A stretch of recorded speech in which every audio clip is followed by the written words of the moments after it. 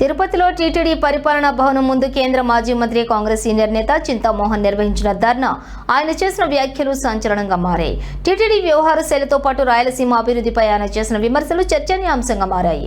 వైకుంఠ ఏకాదశి వంటి పవిత్ర పర్వదినాన తిరుపతి వాసులకు దర్శన భాగ్యం కల్పించకపోవడంపై ఆయన మండిపడ్డారు.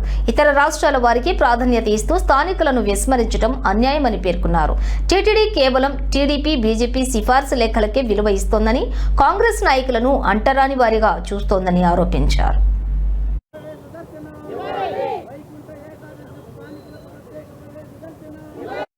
తిరుపతి పరిపాలనా భవనం ముందుకు కాంగ్రెస్ పార్టీ ఆధ్వర్యంలో కార్యక్రమం జరుగుతోంది.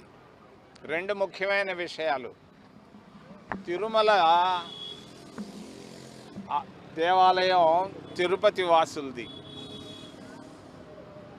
ముక్కోటి పర్వదినం. ఆ రోజు అందరూ తిరుపతి వాళ్ళందరూ కొండకెళ్ళి దర్శనం చేసుకోవాలని అనుకుంటున్నారు.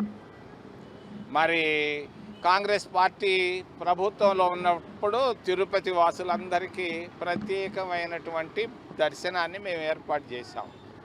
కూటమి ప్రభుత్వం వచ్చిన తర్వాత దీన్ని లాటరీ టికెట్ పెట్టారు.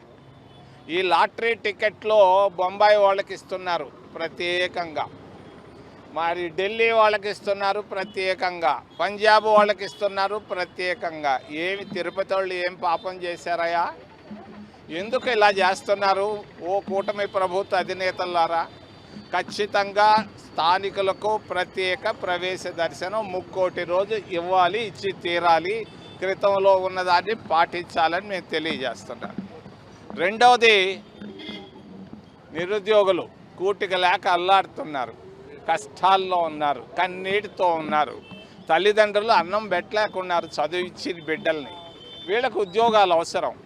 మైక్రోసాఫ్ట్ అధినేత వచ్చేసి రాయలసీమ బిడ్డ, రాజంపేట వాళ్ళ అమ్మది, నాయంది తాడిపత్రి, తిరుపతిలో సత్యనాదెళ్ళ తిరిగేవాడు. ఆయన 1,00,000 కోట్ల రూపాయలు పెట్టుబడులు పెట్టి 10 లక్షల మందికి ఉద్యోగాలు ఏర్పాటు చేయాలని అనుకుంటున్నాడు. మన రాయలసీమలో దాదాపుగా 10 లక్షల మంది నిరుద్యోగులు ఉన్నారు. వీళ్ళందరూ బాగుపడాలంటే ఒకటే ఒక మార్గం. మంచి నీళ్లు కాదు, పోలవరం నీళ్లు కాదు, బనకచెర్ల నీళ్లు కాదు,